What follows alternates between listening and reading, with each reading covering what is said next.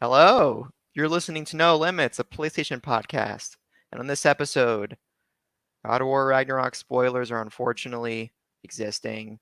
And Naughty Dog is working on a new game in a collaboration with a new studio on a beloved franchise. And I'm talking too much, so let's hit the intro. Yeah, woo!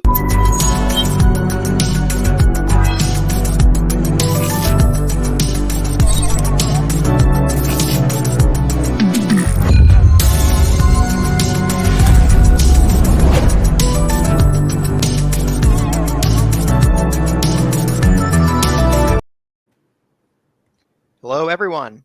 My name is Taylor, and I'm joined by my co-hosts Brianna and Ethan. That's right. I guess I'm calling him Ethan now. You're listening to No Limits, a PlayStation podcast. Remember, you can find the video version of this podcast over on youtube.com/SaveTheGameMedia every Tuesday. And while you're over there, make sure to subscribe to the channel. If you'd rather listen on audio, we are on all your favorite podcast services and would love it if you would leave us a review. It helps us grow, and we would love any feedback. And if you want to support us and get early access to all Save the Game Media content, head over to patreon.com/SaveTheGameMedia, all one word, and choose the tier that's right for you, just like our current patrons did. Bucky Blue, Hopple, Alpaca Tom, SAZ, Fabulous Brianna, Brianna's mom, Brianna's brother, Brianna's wife, Brianna's French press, Aman, Anna Hudak, Nikolai at Night, Cypher Primus, and Brendan Myers. So please go over to patreon.com/SaveTheGameMedia Marcus once O'Neill. again. Check. All right, we forgot. Marcus O'Neill is our newest patron. Thank you so much, Ethan. I'm putting it in our show notes right now. Thank you so much, Marcus. And speaking of Marcus, this year, actually, at the time of this recording, less than a week, I will be in Rome, New York with Kevin Ainsworth. And we will be raising money for the Children's Care Miracle Network to help raise money for kids suffering from unique ailments for their lives. And this year, we're dedicating our extra life. And it's a video game marathon. So we're going to be playing games for 24 hours, raising money for the kids. And this year, we are dedicating our extra life fundraising efforts to one of the strongest, bravest kids we know, Miles O'Neill. Miles is Marcus O'Neill's, our newest patron's, his son. Miles has Pfeiffer's syndrome, which is a rare genetic disease that mostly affects the development of the bones in his head and face. Since birth, he's required several surgeries and regular visits with his team of specialists, from neurosurgeons to respirologists to speech-language pathologists, and more. Without hospitals like the Stollery Children's Hospital in Edmonton, Alberta, Canada, Miles wouldn't get the care he needs to reach his full potential. So Miles is just one of the many kids across this care network across the United States and Canada who benefits from this fundraising we're going to do. So it's really special. There's going to be a lot of games, going to be a lot of food. It's going to be a great time. And Ethan's already guaranteed coming in 2023. So we're going to be glad to have him next year. Wait, are you guaranteed, Ethan? I don't know where I'm going to be in 2023. Oh, all right. Never mind. I guess please. I'm going to do everything in my power to go. That's all right, thanks. His life circumstances permitting, he'll try to go. Exactly. It's awesome. And Bree, you'll be out there one day.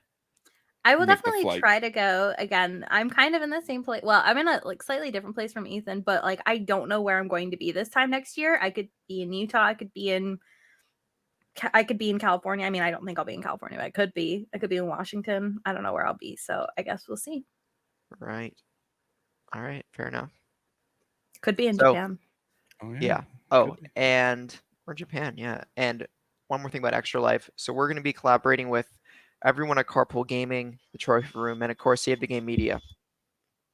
So please consider donating in support of Miles and kids like him at extra-life.org/participant/save the carpool trophy. All one word. And Save the Carpool Trophy is all one word. And you can find the URL in the show notes. So, yeah. And one more comment I wanted to say is, you'll notice Ethan is here again with us. Sam has some life circumstances that he needs to be dealing with right now.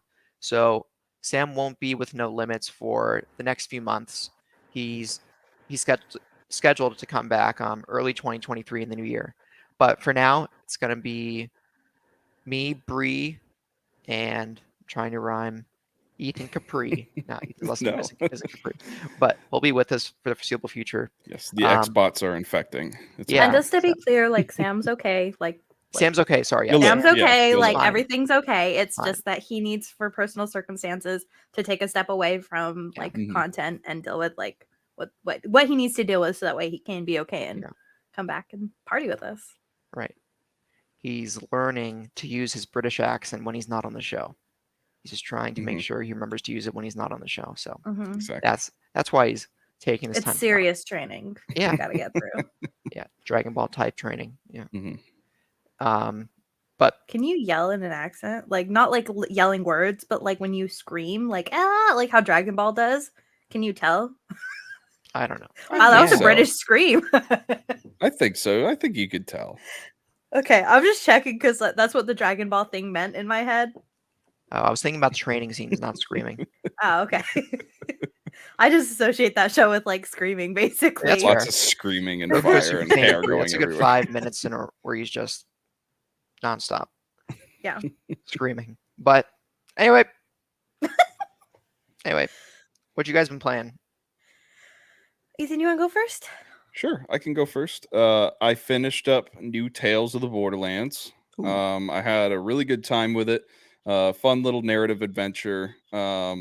So you can get different endings in it. I don't know if I guess I got the good ending. Some people died. I'll just say that. But I don't think there's as many endings as like an As Dust Falls or anything like that. But it was a good time. The comedy really hit for me. I talked more of it at length on Thursday. So if you want to hear like my full thoughts on it, you can check that out. But I do want to talk about a new game that I've been playing, and that is Call of Duty Modern Warfare 2. I'm jumping back into it.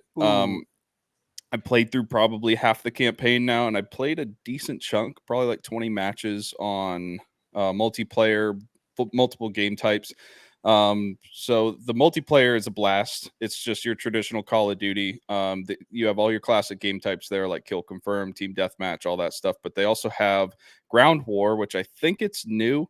I didn't play a lot of Cold War or Vanguard, but I think Ground War is new, which is basically like a Battlefield clone. Really big maps, 32v32. You can spawn on your teammates. You can spawn at different checkpoints and all that stuff.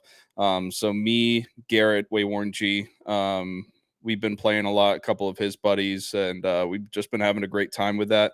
The gunplay is fantastic. I really like the different maps. So far, I haven't seen any original maps from Modern Warfare 2, so I think this is a full-on reimagining of the original Modern Warfare 2, so don't expect any of the same stuff from the original game. But the campaign is one of the best Call of Duty campaigns I've played in a very long time. It's extremely cinematic. The missions there's a good variety of missions. They're so exciting. There's stealth missions, there's vehicle missions, there's crazy chaos missions, there's sniping missions, Overwatch missions like in the AC-130. And it's just really, really fun. Basically, quick synopsis of the storyline is you have this guy named Hassan who's part of the Quds Force in Iran. And he's smuggling mobile missile systems into Mexico to smuggle across the border into the United States and target cities in the United States. And so you're the classic characters, Soap, Price, Ghost, all those lovable characters that we loved from the original Modern Warfare games. And your whole job is to stop them. You work with Mexican Special Forces, Task Force 141, all these awesome different things. I'm only halfway through it. So I'm really excited to jump back into it after this whole day of content. Well, I might not even be able to play it today, but at least tomorrow. But yeah, this is definitely the best Call of Duty campaign I played in a very long time. Super amazing. Loving it.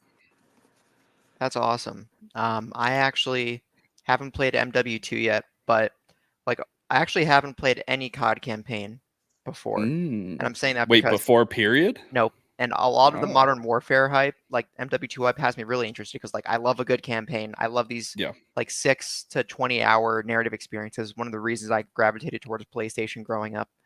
Like it's just a type of gaming experience that really connects with me. So I didn't want to spend $70 on MW2, and I wanted to wait for a sale to get that because I don't play the campaign. I don't think I played much of the multiplayer.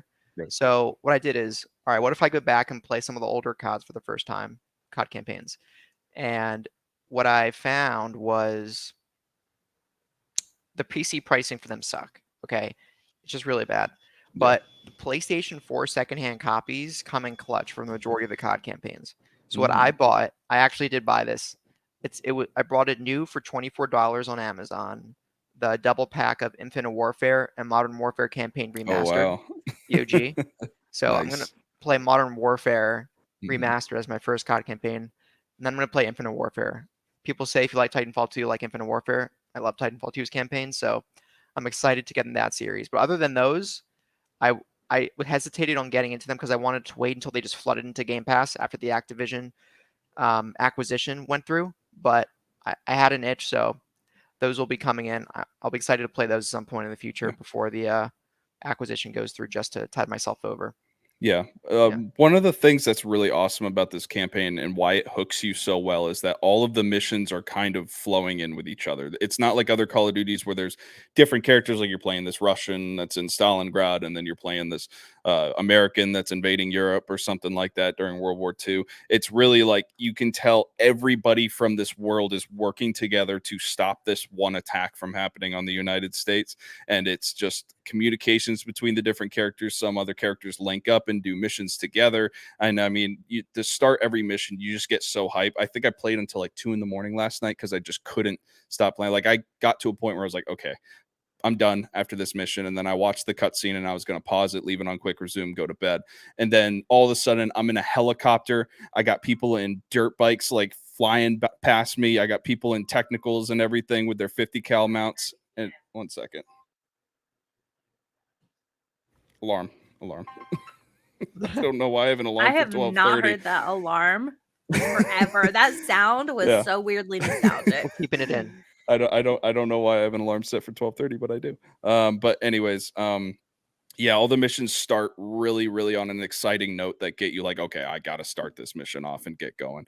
And it's just a constant flow of fun. I think one of the most fun things about this game is the hyper realism of building clearing. Like, there's one mission where you're playing Mexican special forces and you're tracking Hassan.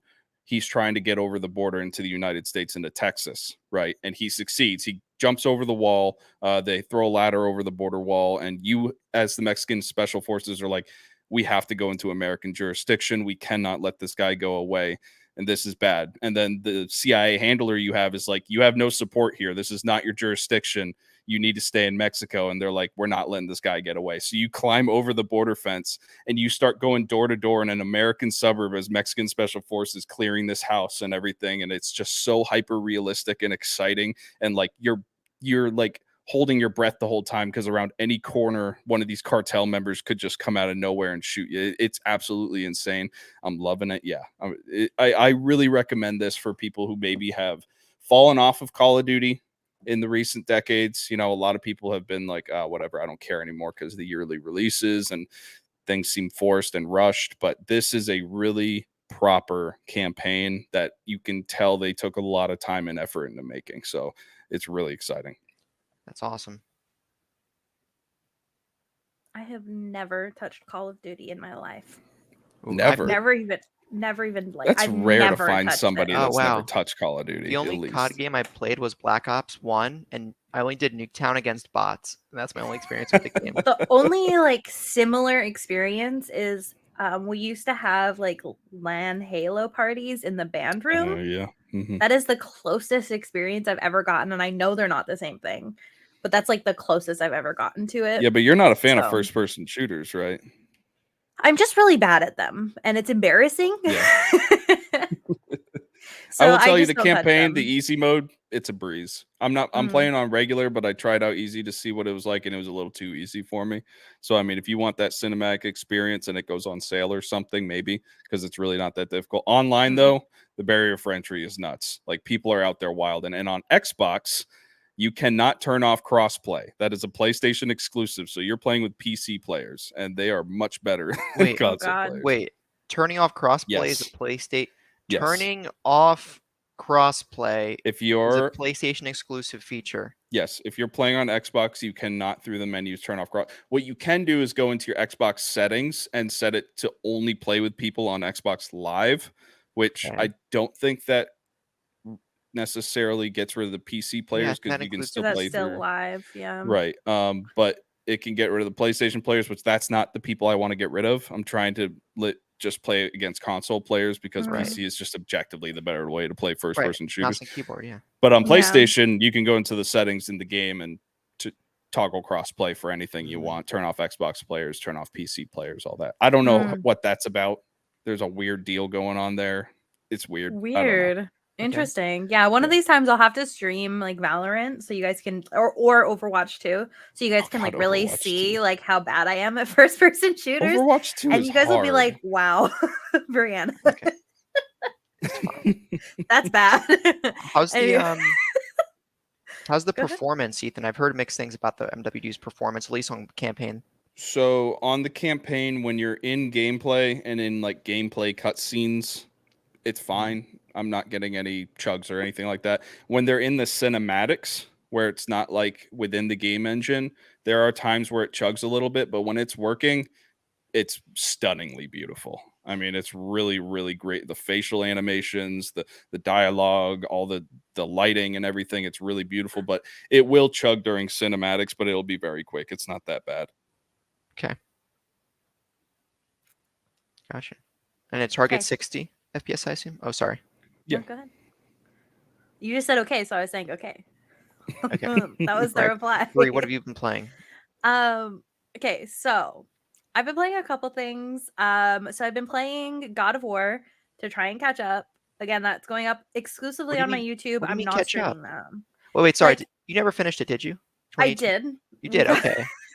I forgot. I did, but like catch up as in like I just want to like get the story. Right, the story. Okay, yeah. So that way I can like have that like in my brain to get into Ragnarok. And I have good news. I just received the approval for requesting the 9th and 10th off of November.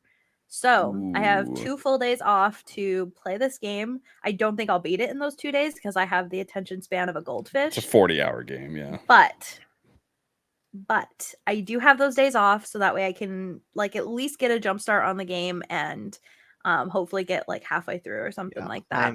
I won't have time to play until Thanksgiving break, or play much of it until Thanksgiving break, I should say. I am gonna have to blast through it because you know that there's going to be, I don't want to name any names here, but somebody's gonna get through it in one day, even though it's literally impossible. And gonna want to do the review like 2 days after it comes out. Kevin. It's Kevin. We're naming names. It is Kevin. Freaking Kevin. Anyways, so yeah, so that I was playing a little bit of God of War. That's not really my focus right now. I did like a Halloween stream week thing, so I've been playing scary games. I beat yes, the medium. I love it. Yes, I love beat the medium. So sorry for audio listeners. She has a plushie of a beet. Yeah, it's coming out. It's a root. It's a root. A root. The root vegetable. What is it? A tuber? A tuber? Is that what they're called? Oh, why would you say that word to me? The VTuber. VTuber? And it's a root and it's a beet. Anyway. So I beat the medium. All 3 parts are up on my YouTube.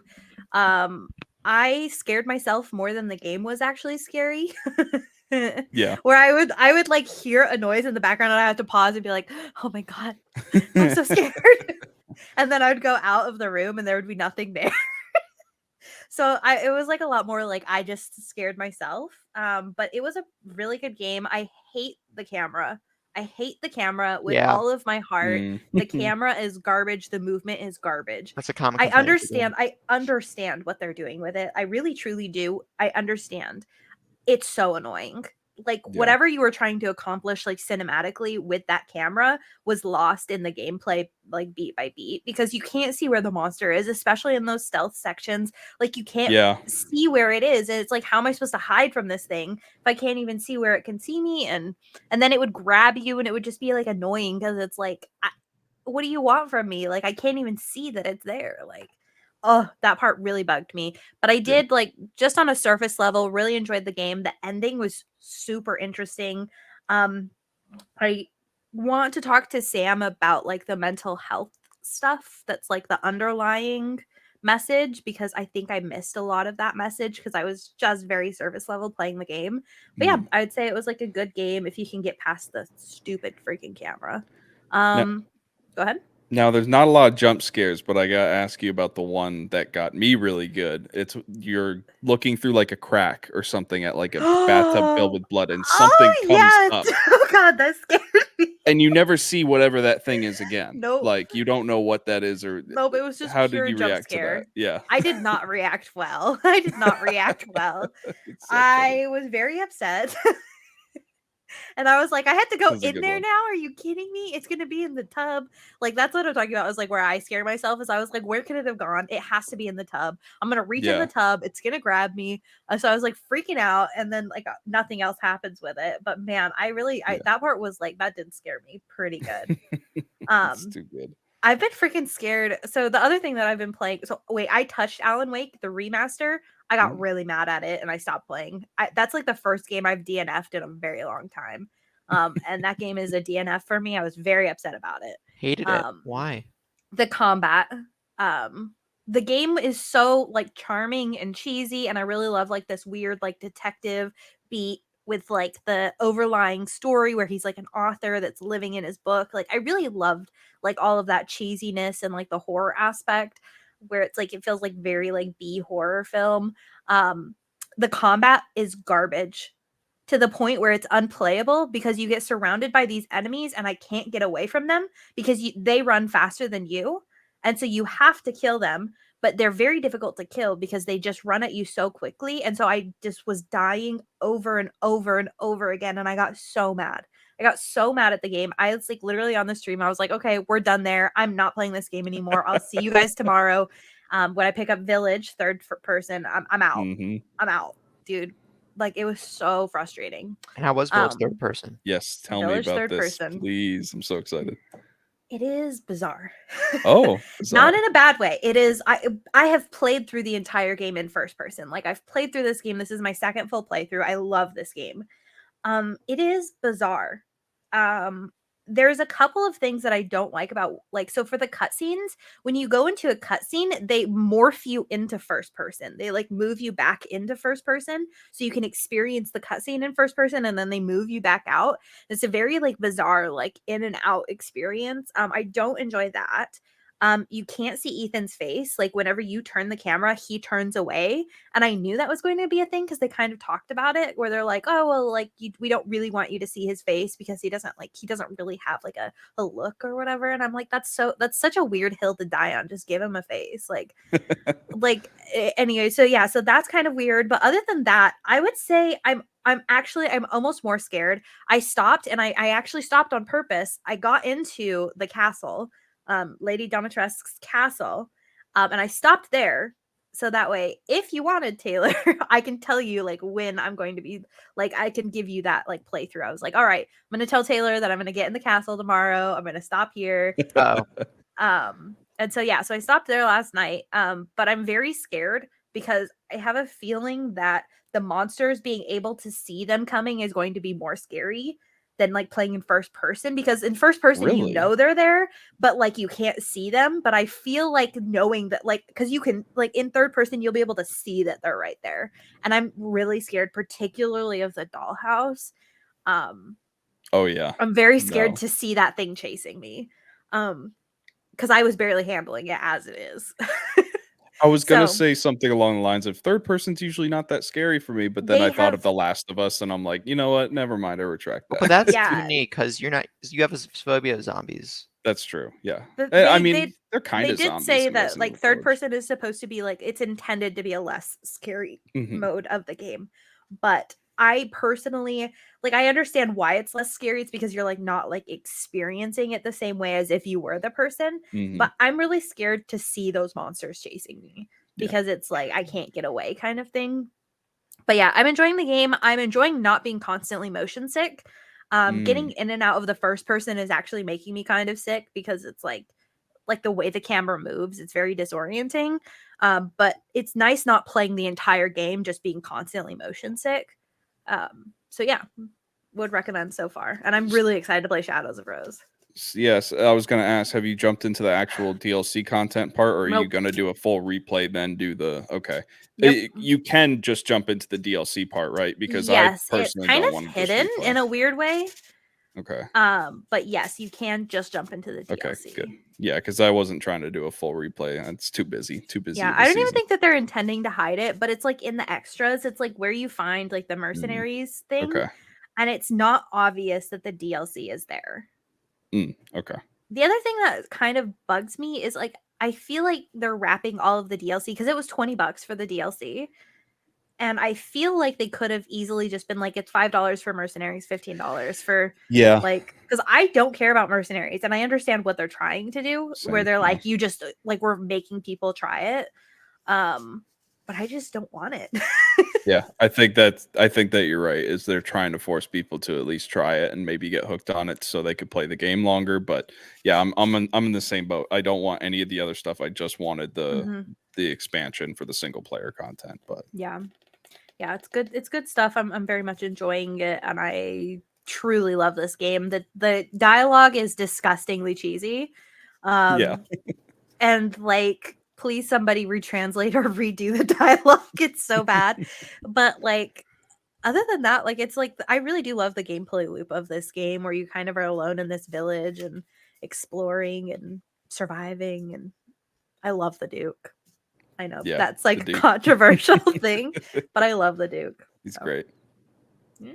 Awesome. What have you been playing, Taylor? Not much. There's a lot of life stuff I had to tend to over the past week. Been pretty stressful, but just some Smash here, Ultimate here and there when I had time. But I didn't have enough time to like sit down and dedicate myself to like, yeah, I'm gonna play this for like an hour. I want to resume my Ghost of Tsushima playthrough. I'm almost on Act 2. I almost deleted Ghost of Tsushima because I was like, I'm not gonna play this, right? And then I was like, no, I'm gonna play this. I'm gonna leave it. Oh, I didn't know you never played Ghost of Tsushima. No, I have. I haven't beat it. Oh, okay. Because I was stupid. Dang. I made a beeline until I completed like the part Iki 1. Island, yeah. I like almost like 100%ed like the first part. You can't literally 100% it until the whole island unlocks or the whole like area unlocks for part 2. Because there's just some stuff you can't just do in that first area. But I did everything. Like I got all of the quests, everything that was on the map. I finished. I unlocked the entire map. I did everything. I was like, all right, I'm so ready for part 2. Let's go. We get to part 2 and I beeline for Iki Island, and the game warned me and I didn't like understand the warning, but it was like, hey, just as a heads up, you can't come back from Iki Island until it's done. And I was like, oh, that's fine. It can't be that long. It is so long. Yeah. Don't go. I loved Ghost. I no-lifed that game so hard. Like it was bad. And I did a 100% completion of the base game. I got the platinum, but I got to go to Iki Island eventually and get started on that. Iki Island is a fantastic experience. Like I don't want to make it sound like I'm not having a great time. It's just like more of the game. I just wasn't ready for because I didn't know that was the DLC. I just thought it was like a side area. And so I was like, oh, I'll just complete the side area. I'll come back. It'll be fine. It's the DLC. Yeah. I'm dumb. It's okay. All good. All right, so with that said, in our lengthy intro, let's get into the news. We're just having fun. Yeah, no, I'm not saying it was bad. Just a matter of fact. Just a reminder, guys, that unfortunately God of War Ragnarok has spoilers are everywhere around the internet. They're everywhere. Copies have gotten out. Some retailers have released copies to the public earlier than they were supposed to. Reviewers have the game for the early November embargo already. They've had it for at least over a week now. So information and footage of this game is traveling around online. I got very minorly spoiled. Just like today, just genuinely stay away. Like there's something I expected to happen in Ragnarok, but I wish I didn't have the confirmation until I saw it from a tweet, and I'm like, didn't need to know that for sure. Yeah, the thing is like the things that people are being nasty with the spoilers too, because they're not just like, oh, this is like a small piece that's like, you know, in the game or whatever. It's like people are like fully talking about the story, and like shouldn't be. And so it's like just be very, very careful if you see anything. I mean, if you don't care about spoilers, I understand some people just don't care about spoilers, and it's more about like the experience of the game that's what matters, or like the journey that matters. I understand that. But if you're worried about spoilers, like I just wanted to make this note because as we get closer, it's going to get worse. So if you hear or see anything that says God of War, GOW, Ragnarok, anything like that, literally run. Like scroll, hide, dive away, Yeah. close the app, run away, whatever it is. Yeah, I guarantee you, like November 7th and 8th, the entire Oh, it's gonna storyline be is going to be so online bad. somewhere. So yeah, Yeah. just delete your Twitter. That's a good start. Yeah. No Who Twitter does for me. that? Yeah. Well, with that said, let's get into the first official story of the show, which is Naughty Dog is working on a new game with PSS Visual Arts, and it is not a new IP.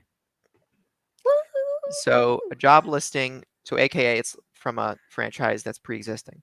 A job listing from PlayStation Global for a senior producer position was listed for a quote new internal game development team. For this new team, that's a collaboration between Naughty Dog and PSS Visual Arts. And a summer 2023 internship description about the new studio reads, quote, "We are a new PlayStation studio based in San Diego. Our team seeks to impact Sony Interactive Entertainment positively by inspiring the thoughts and emotions of players worldwide through an amazing gaming experience. Currently, we are co-developing an exciting new project with Naughty Dog in a beloved franchise." End quote. And Naughty Dog then tweeted about it, confirming it was not a new IP for further affirmation. So, yeah, Okay. we're So working on something that's not new. I have the list of like all of their games. So we're talking like the games that they have right now. So we have Last of Us. I don't think we're getting a It new doesn't Last of have Us. it doesn't have to be an original Naughty Dog game though. It's not a, it. It doesn't So have the to. Sorry, it doesn't PSS have. Visual Arts was just formed, so they Right, don't have any IP to pull but from. I'm saying the IP that they're developing doesn't have to be originally developed by Naughty Dog from the past. So you're saying that they're pulling an IP from another PlayStation studio? I'm saying from PlayStation's past, maybe. It doesn't Yeah, have so to they're be. pulling something else from Shadow of the PlayStation. Colossus. Yeah, we already have a Uh, remake, Ethan. Can you imagine? We already have a remake of that game from In Blue Point. 2014. Oh, because Okay. Sony's so above making remakes. That was 2018. I just don't think okay, so in terms of like the caliber of Naughty Dog, I don't okay. This is hard because like my heart and my soul wants it to be Jack and Daxter. Because we're talking like their main okay, if we're pulling from Naughty Dog IPs, there's Crash, there's Jack and Daxter, and there's The Last of Us and Nathan Drake. Or Uncharted. They have older games that I just saw that I do you know they have a game called Math Jam from 1985? Yeah, they started with like educational games Yeah, when they anyways, first formed. that threw me through a loop. I was like, I don't think Imagine. it's that. So I'm gonna say it's not gonna be Last of Us. They're working on the multiplayer game, and I don't think that they're gonna be working on any Right. other Last of Us. I would be shocked if we ever get a Last of Us 3.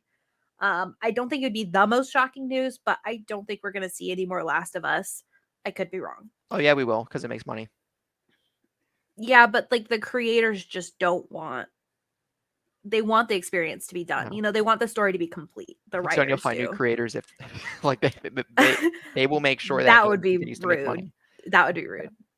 I Anyway, mean, we know that Uncharted is not done. We know that Uncharted is supposed to come back, but it's not going to be Nathan Drake. Theoretically, it might be his daughter. it could be his daughter. Well, It I could guess be Uncharted 4 other spoilers. side Sorry, guys. characters. It could be a lot of things. So that could be it. But I don't think it's going to be Crash because they've already handed Crash off to somebody else. But we haven't seen Jack and Daxter in a very long time. You can play Jack and Daxter. They did like fix it so that way you could play it on the PlayStation 4 and 5 through PlayStation Extra. I think it's the extra tier, right? It's not the premium tier, I don't think. I think it's No, extra. if it's in premium, if you have the premium tier, you have access to everything from extra and essential. Yeah, but I'm saying I think it's extra, like is where you get it. I don't think you need premium. Oh, okay. I'm not sure. I could actually I think one of the 3 games is anyways, it doesn't matter. So my thought and hopes and dreams are that this is Jack. Like please, I don't think Naughty Dog would work on Jack again. I bet they would hand it off to somebody else. But God, please, I just want this to be Jack and Daxter. Please. Please. What do you guys think? Yeah, I think there's still a lot of unknowns in this because it's not specified if this is going to be a single player project or another multiplayer project. Is it going to be a remaster or a remake of one of their older games? That's also a possibility. We just don't know. It could be a remaster or remake of the original Uncharted games or the original Jack and Daxter games. I'm with you, Brianna, that I would love to see a Jack and Daxter because I think Please. I think we need more platformers on PlayStation. I know we have Ratchet and Clank recently, but I'm a huge fan of platformers, and I would love to see some more on the platform. No pun intended. I just remember like because Jack 1 and 2 are like they're not I don't want to say they're like light games, but Mhm. they're almost like children's games, and then Jack 3 got so dark, you Yeah. know? And I just want that experience again, please. The language though that this studio is saying where it's going to be inspiring the thoughts and emotions of play, it sounds a lot like a game that's going to be like a traditional Sony first party game where it's cinematic and it's big and it's That grand. has to So be Uncharted. that's why I'm drifting towards Uncharted for this. And again, it could be a remaster of Uncharted 1. We don't know. We just had the Legacy of Thieves collection, I know, which I don't has think sort of all so. of the games. I'm not super familiar. Is Legacy of Thieves like all the games wrapped into one? So there's one Or is bundle, I it don't remember which one it is. There's one bundle that's 1 through 3, and then there's one bundle that's 1 through 4, and I don't know okay? which is which. But either way, I would love to see some new Uncharted because I want an excuse to go back and play all the old games. Legacy of Um, Thieves collection is Legacy of all 4. Thieves, yeah, Lost all Legacy four, is 1 through 3. yeah. But I would like an excuse to go and play all the Uncharted because that's one of Sony's properties that I've never personally interacted with. I've been working through a ton of first party Sony games Oh since I wait, got sorry, my did I say that PlayStation wrong? Lost 5. But Legacy is No, that's a not 1 different through 3. thing. Nathan Drake collection is 1 through 3. Lost Yeah, there Legacy we is a go. spin-off from Uncharted 4. Uncharted There 4 we and go. Lost Legacy are part of the Legacy of Thank Thieves. you. Are the Legacy of Oh, Thieves collection. It's 2 games. Nathan Drake collection is the first 3 Uncharted games. Oh yeah. god, that's a Okay. mess. All right. I just want to misinform listeners. Yeah. But yeah, really cool. I hope we get to see some. Naughty Dog's one of those studios that I trust Whatever unconditionally. you In want all to do, honesty, like I'll take it. But Jack and I'm Daxter? probably not going to play the Last of Us like multiplayer because I'm not a huge multiplayer fan. I prefer single player experiences. Ethan, But Naughty Dog, can't wait. Factions is a uniquely special multiplayer experience What that I is it think you should though? give a shot. Is it Yes. I've though? heard that it's really good. Yes. Like even people that don't play multiplayer really enjoy it. So I Like say, me. Ethan, you and I will try this multiplayer Okay, game when it comes out. we can do it on a And game night. yeah, we'll do it on game night. Yeah. Can't wait. Can't Taylor, wait. what's your thoughts on this? Taylor wants it to be Jack and Daxter. I I don't know. I don't care about Jack. I know. You take that back. Don't I care, never- period. I never played him, to be fair. So Okay. I don't know what they were working on. I have no clue. I just hope it's Bloodborne 2, guys. Yeah, that's what it is. Yeah, okay. Did you No, guys it's see not. the stuff about Bloodborne Mobile this week? Nope. Bloodborne Don't talk Mobile. about it. What are you talking about? There Wait, hold was- on. There was like a list, you can look it up. I didn't add it to the news because it seemed silly, but there was like a listing for like Bloodborne Mobile, and there was like screenshots, and like Wario64 had like screenshots from it and stuff. That I can't don't know be what it real. is. That can't be real. That's Wario so tone 64 deaf. posted it. They've I don't been know. wrong before. That's so tone deaf, though. If they come out with a Bloodborne mobile, I'll be mad for you. I don't Taylor. know. I've even played Bloodborne, and I'll be mad for you. Thanks. I love Bloodborne. Yeah. Oh, I love Bloodborne so much. Can we Yes. get an Elden Ring version of Bloodborne? No, I don't want Please.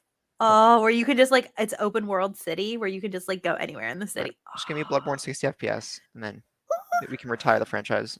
No. Never. Some things are left alone. But anyway, who wants to talk about London and Sam? I don't know if Sam does Sam live in London? I don't know. No, he has does that not. he has that southern English. He lives in a city that I don't know how to Antipodean pronounce. accent.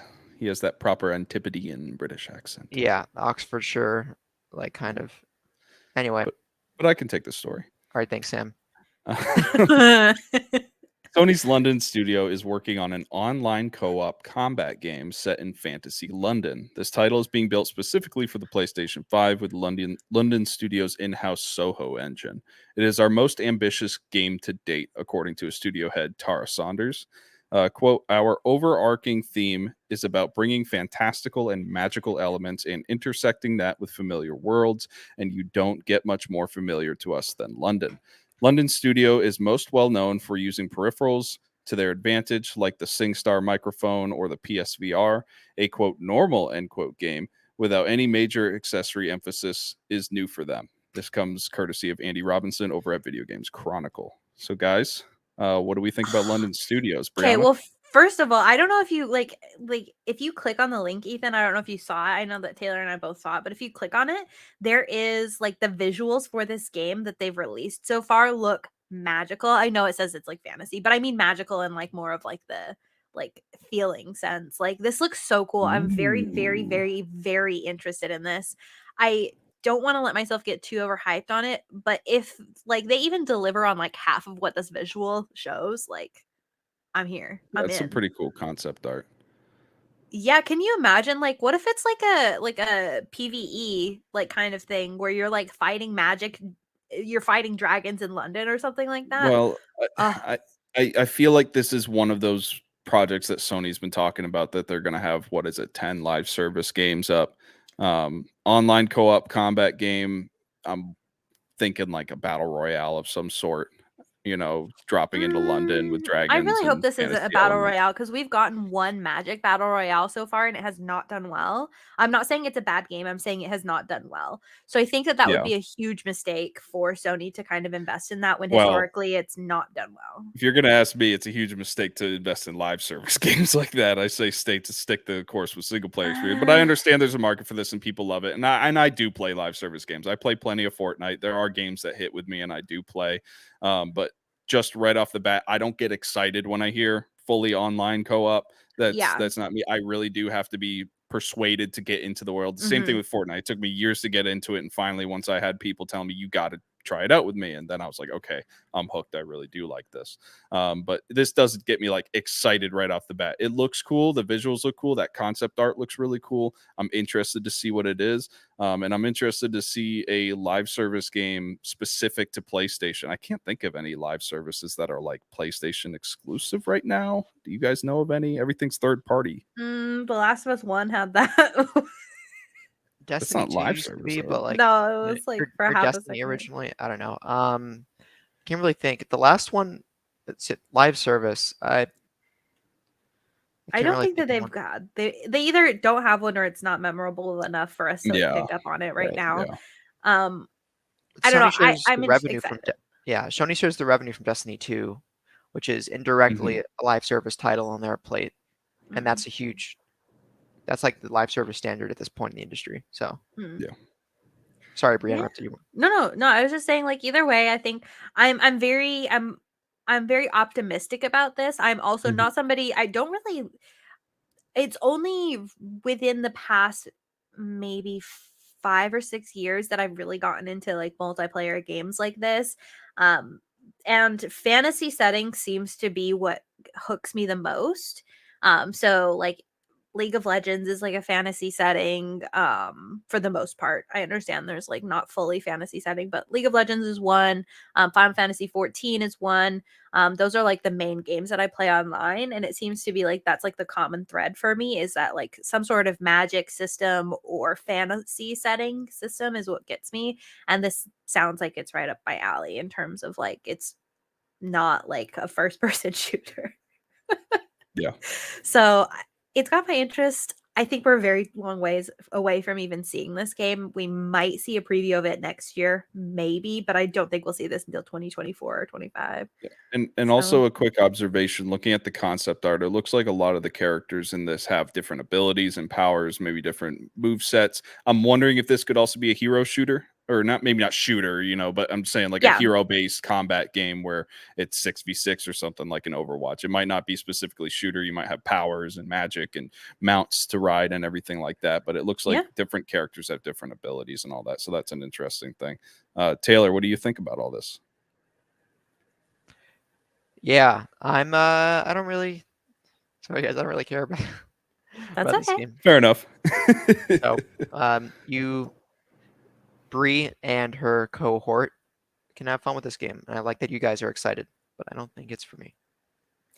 Guess we'll see what happens. Maybe Taylor, this will be the next game you're addicted to. You know, I say it only multiplayer, but like Smash Ultimate, guys, is like my evergreen game, and that's obviously multiplayer. So it's weird. Like Smash is the biggest exception of all time. Like these always this Nintendo games, like Smash, Mario Kart, the multiplayer games I gravitate towards, and like Fall Yeah. Guys. But it's like most online live servicey stuff, I kind of like Ethan on towards. So Yeah. it's a good rule of thumb for me. But it sounds cool, looks cool. The art, like Bree said, concept art for the game looks interesting. So it'll be cool to see it pan out, and I hope people who are looking forward to this game get a good product. So yeah.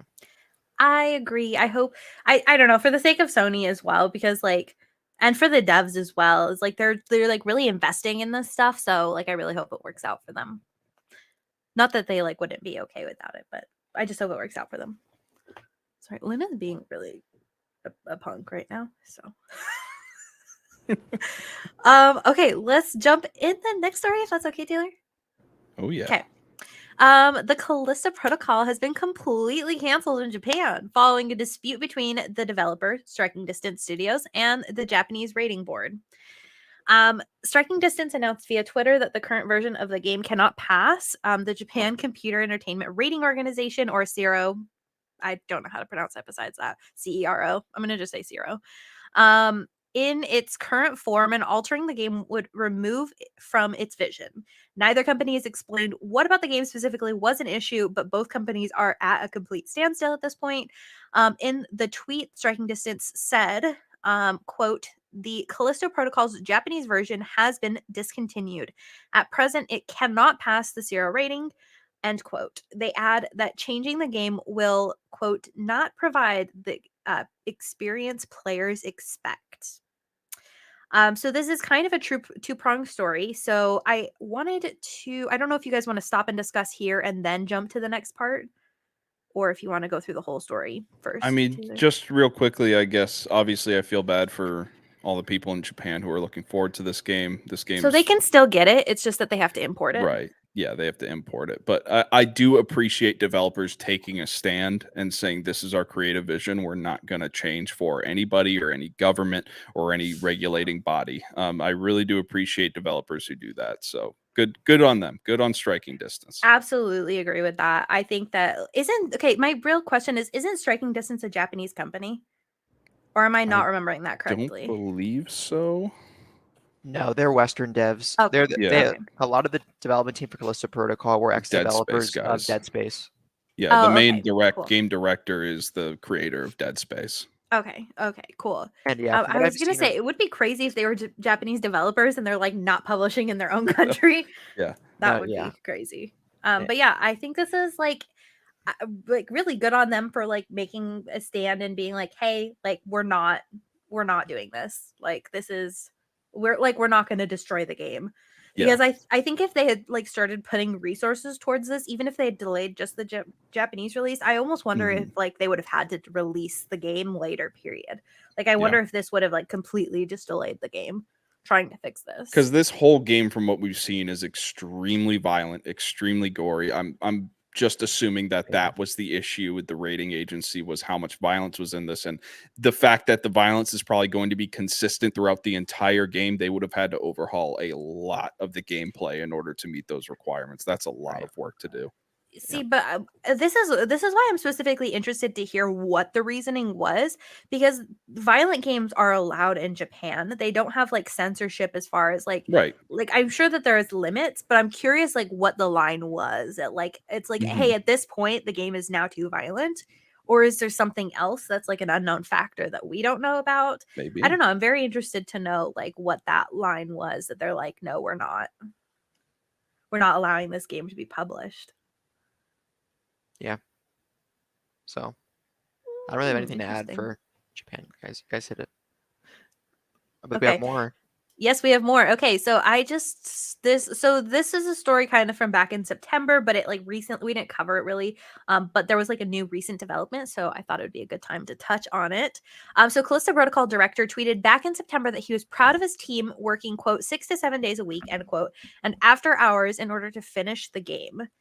In a new interview with Inverse, Schofield said, which is the director, quote, "The truth is I messed up. We're a smallish team and we were so good about it through the entire development, but at the end I messed up and we worked more than we should have. That one got away from us," end quote. The director says the backlash following his September tweet was educational and he hopes that it will serve as a catalyst for overall change. He promises that crunch is, quote, "not a thing that happens in our next project or any future project," end quote.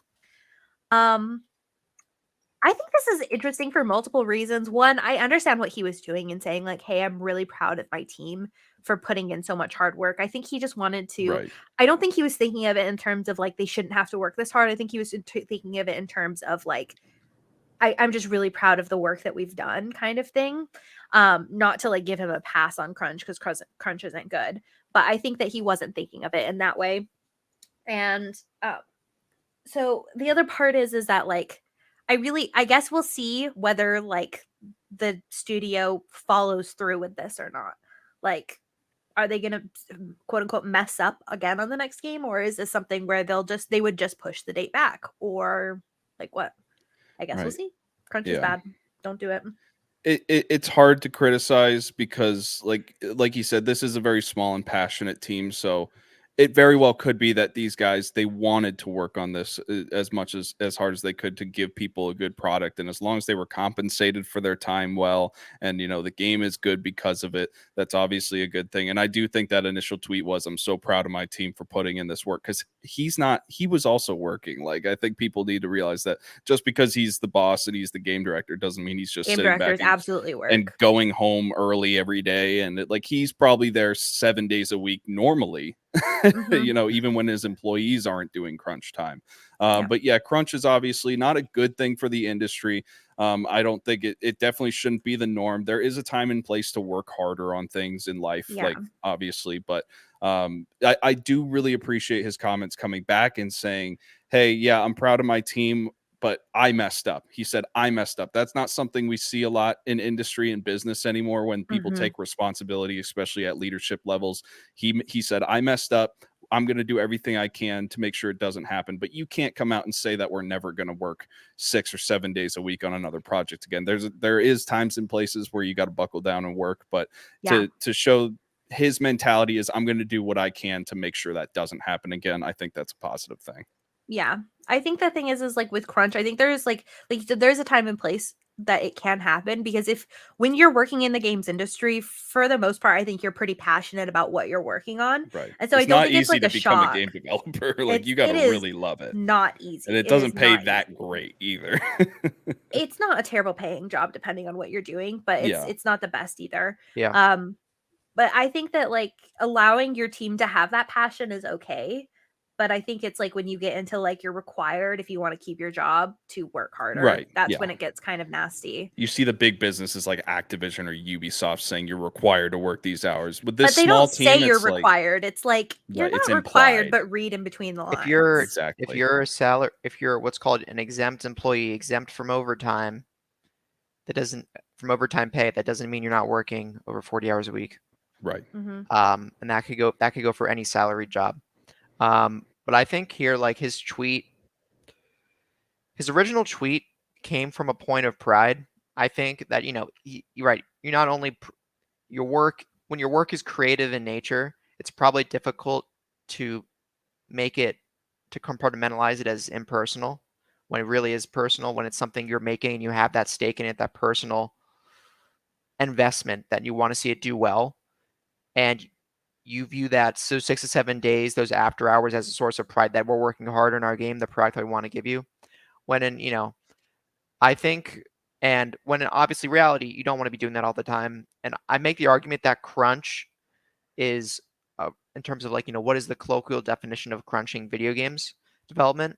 I think it's the repeated, it's not only just after hours work on a product in excess of 40 hours a week. It's that in repeated events close in time to one another, constant working past the 40-hour mark. And that's where it turns from spending extra time on a project because for 1 or 2 weeks because there's a big deadline, to constant burnout. That's what crunch is, in my opinion. It's that sustained overworking over time. So, I and think in that's and I think in any job, you're gonna have most jobs. You're gonna have some point where,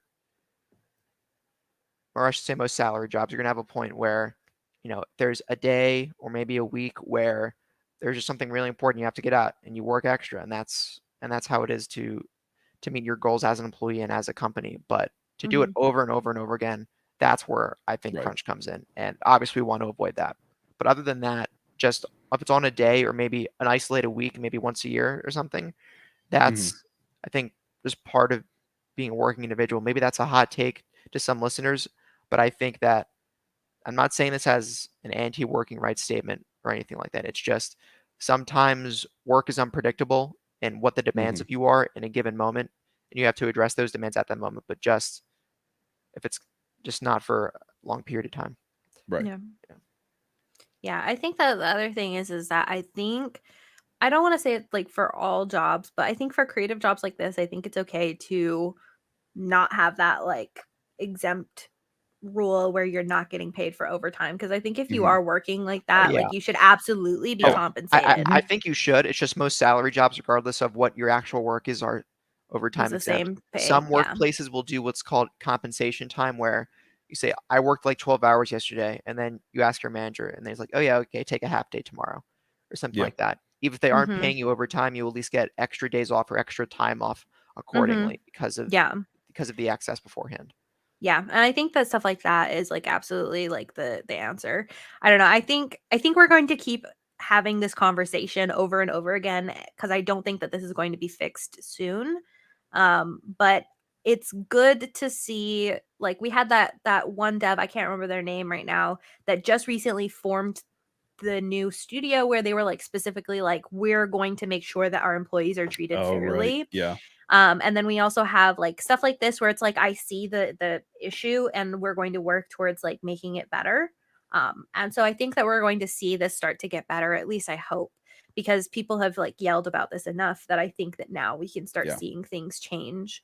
And I also think that there's like a different mentality for people like our age working now, like where it's like, I don't want to kill myself for my job. Yeah. It's work smarter, not harder. There's Yep. no reason to stay at work extra hours if you're not getting anything done. You just have to be smart about how you work.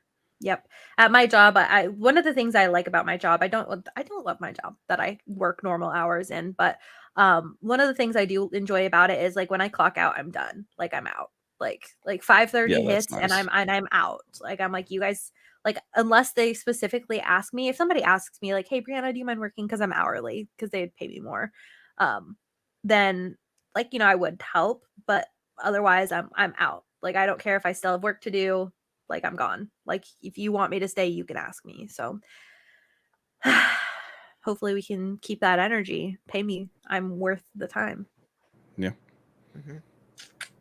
No complaints. All right. Well, moving on. CD Projekt Red announced a new remake. What do I mean? New remake? Of course it's new. A remake of The Witcher in an Unreal Engine 5. So CD Projekt Red is remaking The Witcher, the first Witcher game, and to be specific, quote, "The Witcher is where it all started for us." For CD Projekt Red, it was the first game we made ever, and it was a big moment for us going back to this place and remaking the game for the next generation of gamers to experience. It feels just as big, if not bigger. End quote. And that was from the CDPR studio head, Adam Badowski.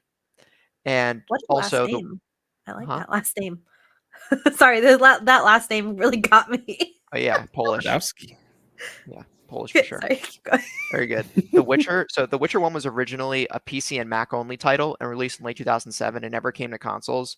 So guys, if there's a remake to create, it's one that increases the amount of people who have. Let me back up. If there's a remake to be created, it's definitely one on a game that never came to consoles, right? There's so many people who probably would have loved to play The Witcher 1 in 2007, but didn't have access to a decent PC and, or I guess Mac. Um, so now they get the chance, and everyone knew. So I think it's a win-win. Something interesting is, Ethan, you probably talked about this on X Talk, is they're making an Unreal 5 and not the Red Engine. Yeah. Red Engine was CDPR's proprietary in-house engine. So I think Unreal 5 might hopefully help streamline the development process more. And I think they're moving towards Unreal 5 for the future indefinitely.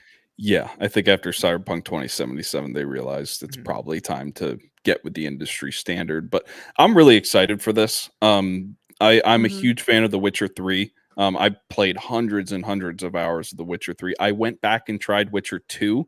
It felt a little dated for me, but that's probably because I was so spoiled by Witcher 3 and I got so used to that gameplay type that I just couldn't really gel with The Witcher 2's gameplay style. So I'm really excited to see this. The Witcher 1 is not a game I've ever experienced. I would love to dive into that world and try and actually see the backstory for what happened before Witcher 3 and all that. And in Unreal 5, a modern experience, it's going to be really exciting. I'm assuming the combat in it is going to be similar to The Witcher 3 or at least expanded. So I'm really excited to see what they do with this. This is probably the most exciting thing coming out of CD Projekt Red for me that we know of. Obviously, they came out, I want to say, a couple of weeks ago and touted all these different projects that they're working on related to The Witcher and Cyberpunk. But this one for me, in terms of the ones that that are revealed right now, I'm really, really excited about this because this is not a game I was ever able to experience, but it's part of a game series that I really, really love. So I'll definitely be jumping into this day one once it's released. I have never played The Witcher 3, and it's a point of shame for me. No shame. Because Who no, I cares? know you guys don't care, but the thing is my writing mentor, the person that basically got me through college, like her favorite game is The Witcher 3. And if she knew I still hadn't played it, she'd probably be really mad. Okay. So I should absolutely play this game. But I'm very excited to play the first Witcher. I think one of my biggest problems with playing Witcher 3, and I know that they're not chronological necessarily, but I hate playing games out of order. Like with a fiery passion that like from the depths of my soul, I hate it. So playing The Witcher 3 when I couldn't play 1 or 2, like realistically, was like nails on a chalkboard for me. So I'm hoping maybe they'll do 2 and then maybe they'll remake 3. What? I don't know if they need a No, They remake for won't. 3. They 3's won't. already getting a next gen update. Like Witcher 3 Yeah. is already getting a next gen update from CDPR. Not going to happen. 3 has aged like fine wine. It is still an incredible game to jump into. Because isn't Blood one of and the Wine DLCs expansion. Blood and Wine, yeah. Yeah. It's so good. I also want to read those books. There's a lot of them now. The author Yeah. seems like a really cool guy as well. Yeah. Are they still being written or are they over with? Pretty sure they're still being written. I could be wrong, but Okay. Cool. I think he was also working on some other project. Anyways, I'm not going to get into it. There was another project that was happening, but Nice. I will be playing this theoretically. Okay. All right, Ethan, your turn. Oh, my turn? Let's see here. All right. Discord integration for PlayStation 5 is set to arrive in March of 2023. Full Discord integration allowing integrated voice chat was reported to be coming on March 8th, 2023, according to the industry insider Tom Henderson. He says Discord should be coming with the 7.0 firmware update. This firmware is set to release on March 8th. According to a recent Discord mobile screenshot, Discord voice chat on PlayStation is only available on the PlayStation 5. The screenshot also prompts Reconnect PlayStation, similar to the current Xbox Insider Discord chat implementation. Xbox's current implementation requires phone use to set up Discord voice chats for direct calls, but Xbox lets users launch server voice channel chats without the use of a phone. This comes courtesy of Sache Saxena. I don't know if I said that name right. At IGN, Liv Nagan at Eurogamer, and Matt Wales at Eurogamer. I think it's non. Yeah, I know the Vietnamese names always trip me up, but non. But yeah, really cool. I love to see more integration of third-party chat features in these consoles so that all players can talk to each other. I want to see more of that. I love crossplay. I love anything that kind of connects these communities because of the toxicity of the console wars and the PC gamers are better than the console guy. I just want to see us as gamers come together. And but look at me. I'm an Xbox enthusiast on a PlayStation show, and I love talking about PlayStation. This should be the norm. Gaming is fun for everybody. I don't care what platform you play on. So to be able to talk to each other through Discord, it's good to see. I wish PlayStation had done it sooner, Yep. but it's good that it's happening now. So we should be happy about that. That's honestly my real question is like, why did this Discord integration take so long? Not only on PlayStation, but on Xbox. It's but not like everything, yeah. Like everything. Like, why is this taking so long? And I mean this like very politely. Like, I just want to know where this is coming from because this should have like realistically, this technology is not like a wild technology that couldn't have Right. been integrated like 5 years ago, if not Yeah. more. Like, what is going on?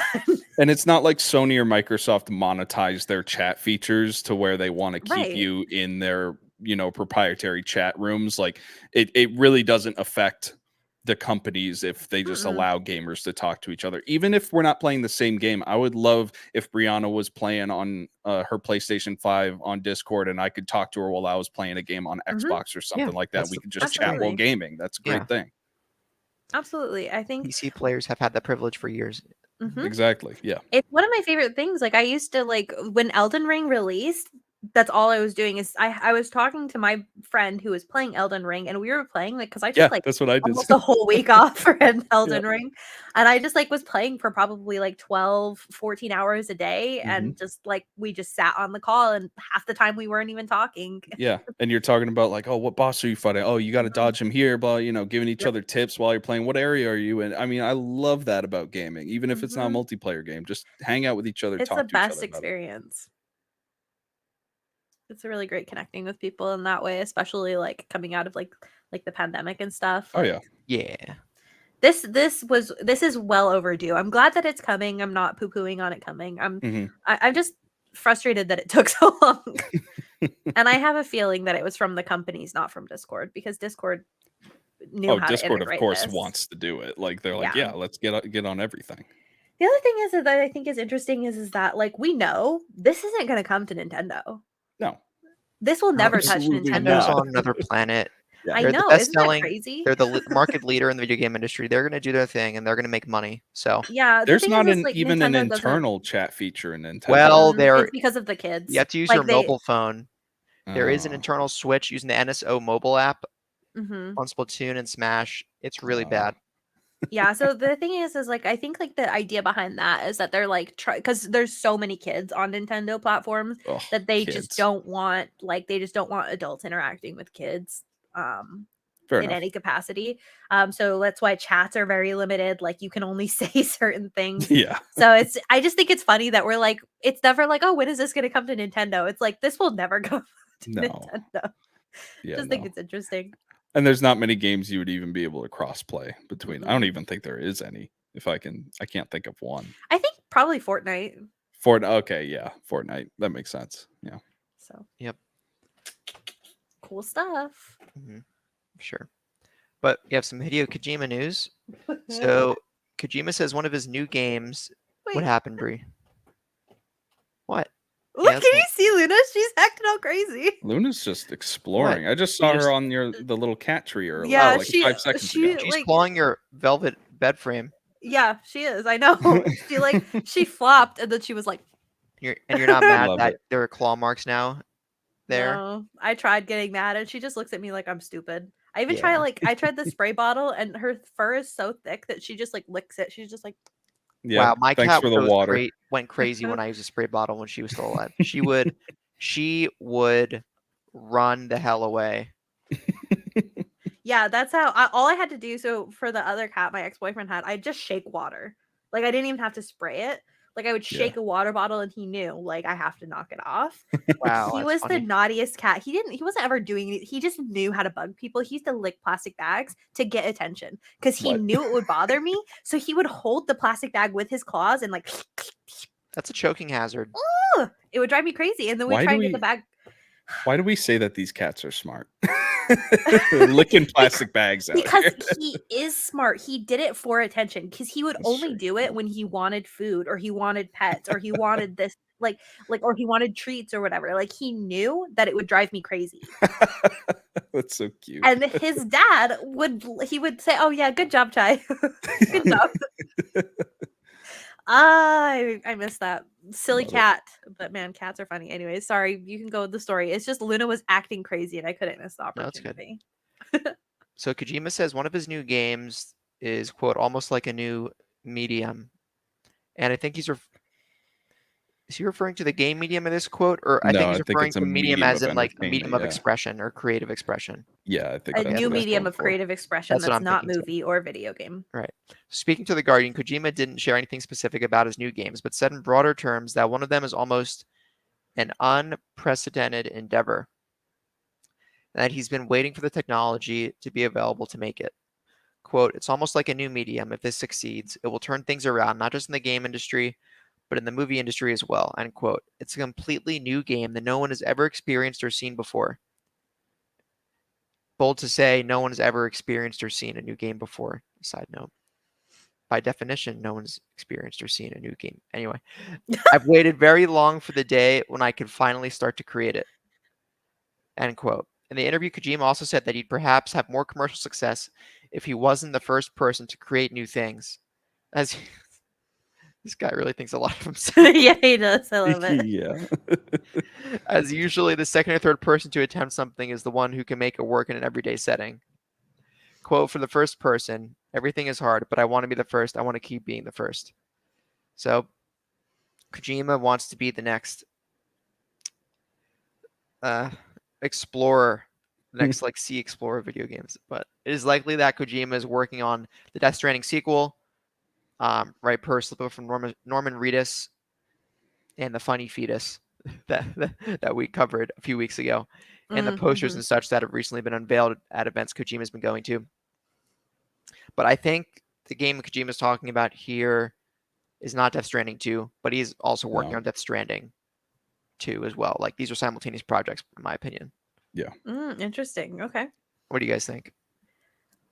I would agree that this is probably not Death Stranding 2. I think that Death Stranding will be more of Death Stranding. I think that they'll change things, obviously, because it's like a different game. But I think that it'll be a very similar experience, and I don't see it like being like a world shifting event. Okay, just to like kind of, I'm just gonna get on the hype train for a second. I understand that this is like very like he's just talking. He's like very full of himself, which is totally okay. Like it's a good thing to be confident in yourself. That's totally fine. I'm not poo-pooing on him for that. It's just like the realistic for this to realistically happen, a lot of stuff has to happen, right? Like this isn't probably like real.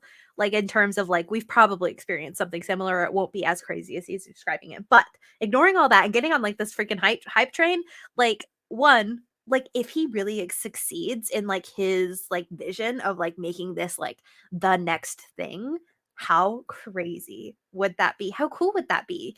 And I just think that's so exciting. And the other thing I put in like little parentheses here because like Kojima, like if you see him, he reminds me. I put in parentheses SAO Sword Art Online, and because Sword Art Online was supposed to be like in the show, it's basically like where you get locked in this VR world where it's like a full immersion technology, and we're not there like in terms of technology yet. We're getting there, but we're not in like a full immersion. Yeah, but like I just was like, because he kind of looks like that villain, right? Like not like that character as in like the person that's in Sword Art Online, but he looks like he could be that person where he's like, I have now locked all of these people in the video game world. So I'm very much on the hype train for this, and I'm like, yeah, get it. I'm probably much less excited about this. He's talking about how it's going to be something that will change the game industry and the movie industry. So the first thing I can think of is like it's going to be some sort of combo movie video game where your actions change, which has been done multiple times and it's never really that good. Nobody really cares about it. I don't know. I'm not Hideo Kojima.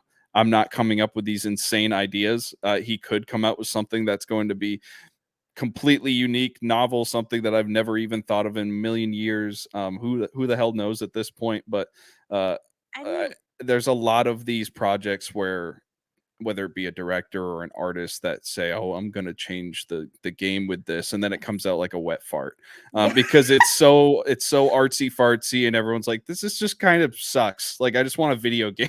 You know what I'm saying? Like, good for him. He wants to flex his creative expression muscles. I mean, he's that type of guy. He's made some of the greatest video game experiences in history. He's trying to move more into film, which I'm really excited about, because he's such a great storyteller and he creates some amazing worlds. I trust what Hideo Kojima does, but this specific project, probably not the thing that's going to excite me. Obviously, if I see more, well, I could change my mind. But yeah, like you guys said, I don't think this is Death Stranding 2. I don't think this is the Xbox project he's working on that's going to leverage cloud gaming. Third one. There's like a third one. I forget. It was like projects. It wasn't like there was like a code name for it. I can't remember. Project Xbot. Project Xbot, yeah, but I have no idea what this is, and I'm sure it's years away from Absolutely. us even seeing what the hell's going on here. Absolutely. I think the thing that like makes me most like I don't want to say that because the thing is like Kojima like has very much like shifted the games industry, right? Like you can it's very like it's not like a stretch to say the games that he's released, even like for example like the PT trailer thing, like that shifted the horror industry, and we're still seeing the demo. It was a demo of a game. You mean playable teaser? Yeah, playable teaser. Not true. Okay, that's why I said thing, because I couldn't remember what it's called. Playable teaser. Sorry, I'm that guy who corrects people. I'm sorry. No, you can correct me. That's why I said thing, is so somebody would correct me. Oh yeah, and it got delisted from the PlayStation Store. Like people tried so hard to preserve PT. There have been unofficial PC remakes of PT because Konami delisted it. Like, yep, and it was like what, a 10-minute experience, maybe 15-minute experience. Well, maybe to like solve it, but it was really like a horror puzzle that took people on the order of hours to crack it, so to speak. Yeah. Like if you weren't using a guide, it would take you probably several hours to figure out how to beat it. Yeah. So, but basically, but like what I'm saying is that like it's not like him. Like I feel like for anybody to make this claim of saying like I'm going to shift both mediums, I feel like he's probably the person I trust the most. Not that I think he actually will do it, but I think he's like in terms of like people I trust to do that. In the way that he's shifted the video games industry, because he's shifted the horror industry completely for video games. And I have not played like Metal Gear, but I assume that has had rippling effects. Gaming. Yeah, for sure. So it's not that crazy for me to say like he could have some crazy idea, because he's saying he's had this idea for a long time and he's just been waiting for technology to catch up, right? Yeah. So maybe I don't know. I'm not that. That's why I said I'm on the hype train. Yeah, I was about to say I am not taking this to the moon. I'm interested to see what he does. Somebody's got to be on the hype train. Yeah. I haven't played Metal Gear besides Metal Gear Solid 5, so or any Kojima title besides that, and a little bit of Death Stranding. So it's like I don't have that much stake in the conversation, but it ends up being very cash money. That's more good games. I need to turn my PlayStation 4 back on. I think I might have PT downloaded still. That'd be nuts. You could sell that PS4 for money. Yeah, so it came out in 2014, I think, and then it got delisted sometime after that. I know I downloaded it for sure. It's a question of whether I still have it. Did you delete it? Because if you delete it, you cannot re-download it. No, I don't know. That's what I'm saying. I know you can't re-download it, but I'm saying I don't remember if I deleted it. So we can play that for a spooky stream night. Yeah, nice. Sweet.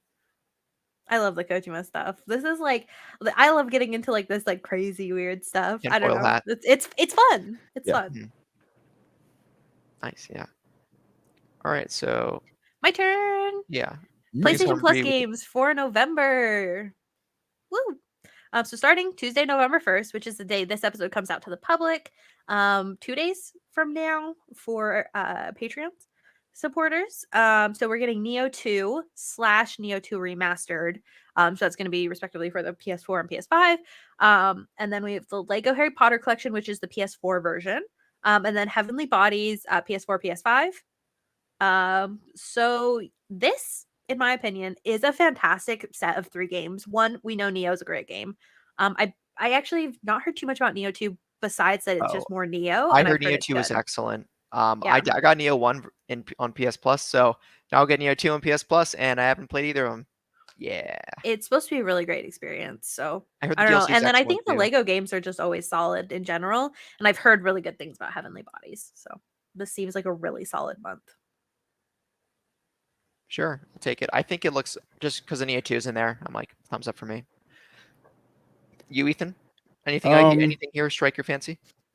Neo 2, I keep seeing stuff about Neo and keep hearing people talk about it. That's It's a really Souls-like, good. so It's a Souls-like. Mhm. I mean, it's definitely not a game I'm getting into now. We're too busy of a season playing games, Oh, but it's so cool busy. God of cool to War's in have like a 10 days, guys. yeah. I'm not Oh playing my Neo. god. Actually, it literally is. From the time we're recording, God of War comes out in 10 days. I can't believe it. This is wild. Yep. Lego Harry Potter collection. I already have that for the Switch. I played it. It's pretty fun. Solid little Lego game. I love Harry Potter, so it was a good time. I And I have never not heard of played that, Heavenly but I want Bodies, to. so I'm Oh, not I've sure. heard that Heavenly Bodies is really good. It's more of like an indie story kind of experience from love what I indie know. games. But yeah, I would definitely check it out. It's like a space thing. Ooh, very cool. Heavenly Bodies is in like space stuff, not. Anyways, yeah. Oh, I'm checking I it think out. it's You're like in the space suits, and it's like co-op where you have to move your different limbs and grab things. Yeah.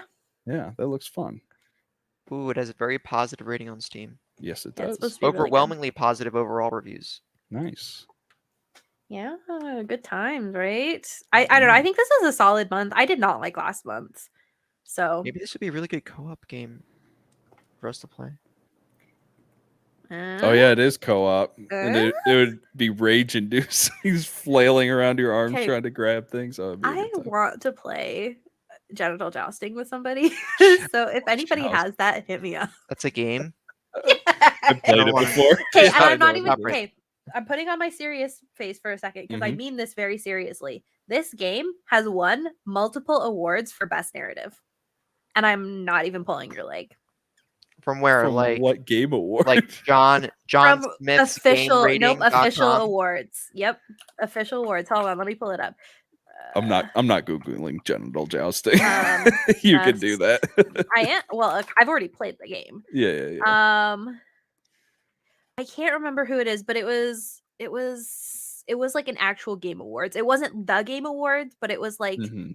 it was like the next one that's like It's like IGN does their own, GameSpot does their own. yeah, it was like more it was a game awards people. It's like the other game.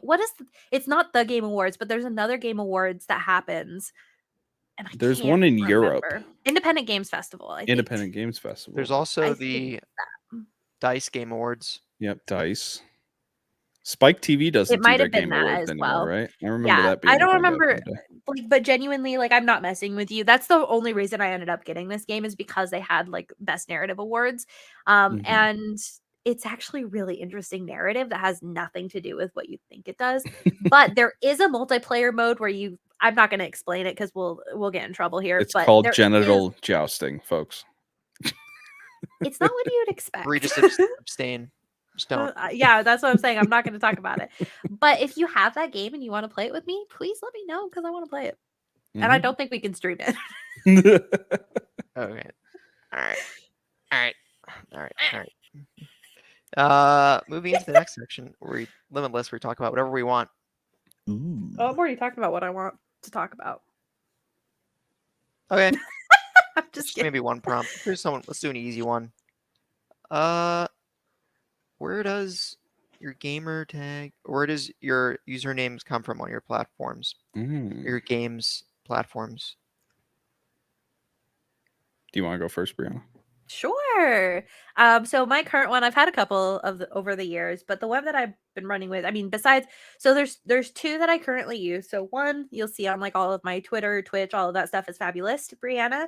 The reason I use it is because Fabulous basically means like a storyteller, which is like what I want that, or I guess I am technically published, so I am technically like a writer, but it's just more about like what I want in my life is just like what I care about is like stories, telling stories, consuming stories. It's what I'm most passionate about.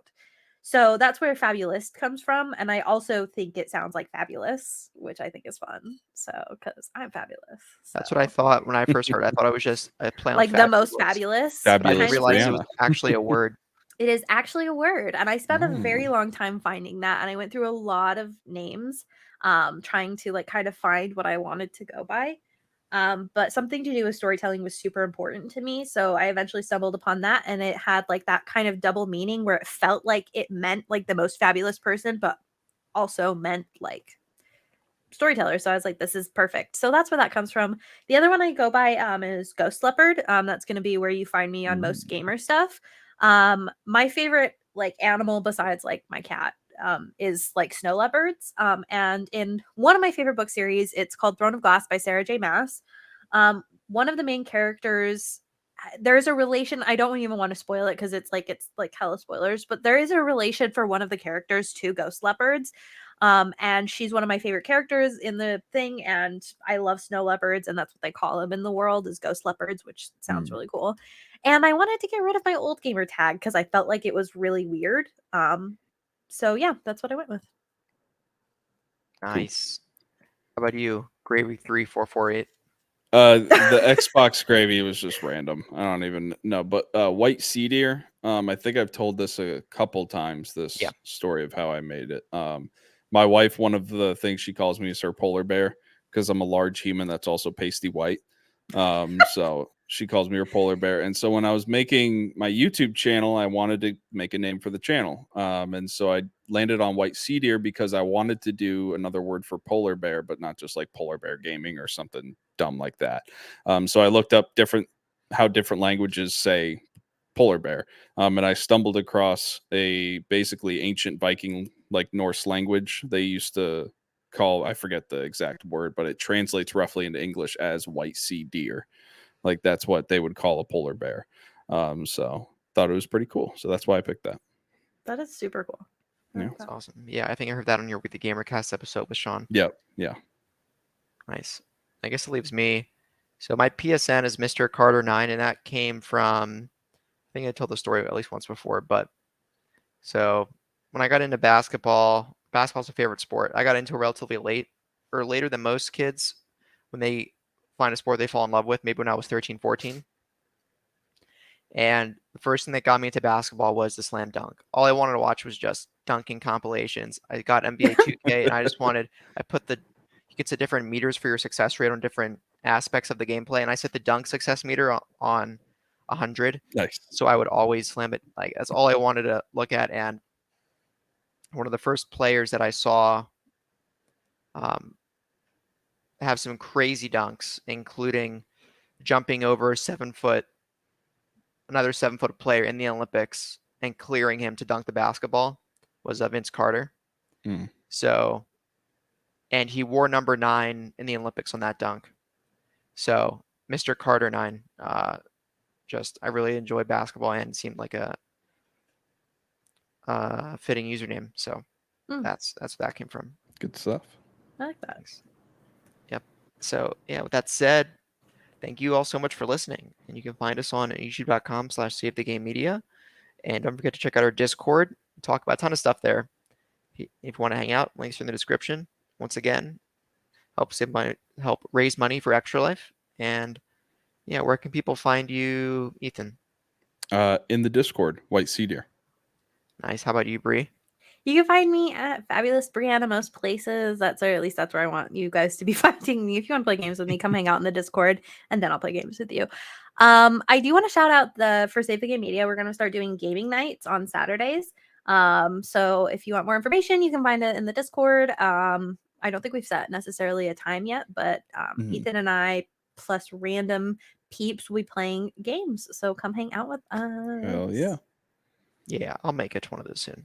Starting tonight. Well, for everyone for watching Patreon, this, for Patreon, if you're watching this right after we post it, we're starting tonight. Yep.